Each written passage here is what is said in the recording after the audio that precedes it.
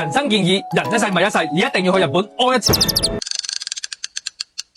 你有冇咁嘅經歷呢？人有三急，但係搵唔到廁所喎。呢次我整理咗如廁攻略，分別滿足晒大家3個如廁需求：急住搵廁所，到優雅處理人生大事，再到打卡藝術公廁。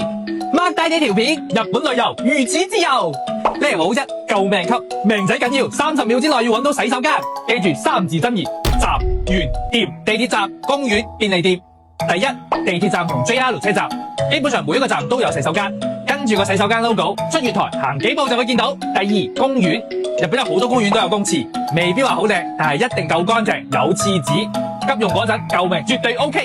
第三，便利店，好似71、Lawson、全家，好多店都會俾人用洗手間，有啲甚至開24小時通宵。禮貌少少，出門之前買翻啲水或者一啲零食，當同店員講句多謝。Level 2貴賓級，當自己係貴賓咁去洗手間，就係我唔想趕時間，我要對自己好啲。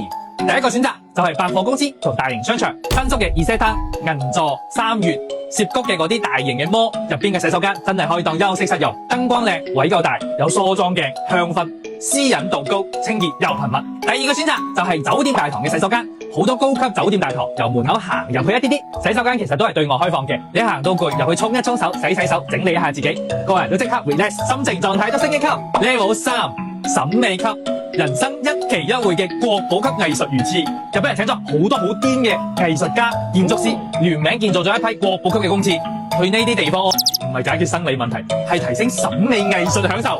首先入邊人氣最高嘅就係涉谷嘅板茂設計嘅透明洗手間，平時冇人用嗰陣，外邊睇過去就係成個透明嘅玻璃，但係你入咗去之後鎖住門，玻璃就變咗磨砂，喺外面淨係見到顏色同埋光，完全睇唔到入邊，又乾淨又安全。仲有呢啲你估唔到嘅明知大作 Kumakengo 嘅森林木屋，每一個木板都係對大自然嘅致敬。安藤重雄嘅光之涼亭，去廁所都感受到光影嘅詩意。